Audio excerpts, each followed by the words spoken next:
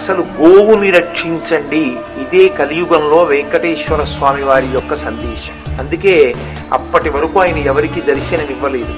పుట్టలో ఉండిపోయిన వెంకటేశ్వరుడి మీదకి బ్రహ్మగారు గోవుగా వెళ్లి పాలు విడిచిపెడుతుంటే అక్కడ ఉన్న గోపాల బాలుడు గొడ్డలి తీసి విసిరితే ఎక్కడ గొడ్డలి వచ్చి ఆవుకు తగులుతుందోనని పుట్టలోంచి పైకి వచ్చి ఆ ప్రహారమును తాను పుచ్చుకొని ఆ గొడ్డలి దెబ్బ చేత సప్తతాళ ప్రమాణేన రక్తస్ఫూర్తిరభూస్తథ ఆ గోపాల బాలుడు హడిలిపోయి మరణించాడు. వెంకటేశ్వరావతార దర్శనం చేసిన మొట్టమొదటి వాడు ఒక గోపాల బాలుడు కనుక ఆనాటి నుండి ఈనాటి వరకు వెంకటేశ్వరుని యొక్క ప్రథమ దర్శనం గోపాల బాలునికి. ఇప్పటికీ ఆనంద నిలయంలో సుప్రభాతం అవగానే కాగడా వెలుతురులో ఆయన్ని మొదటి దర్శనం చేసేటటువంటి వ్యక్తి గోపాల బాలుడే. గోవుని రక్షించడం కోసం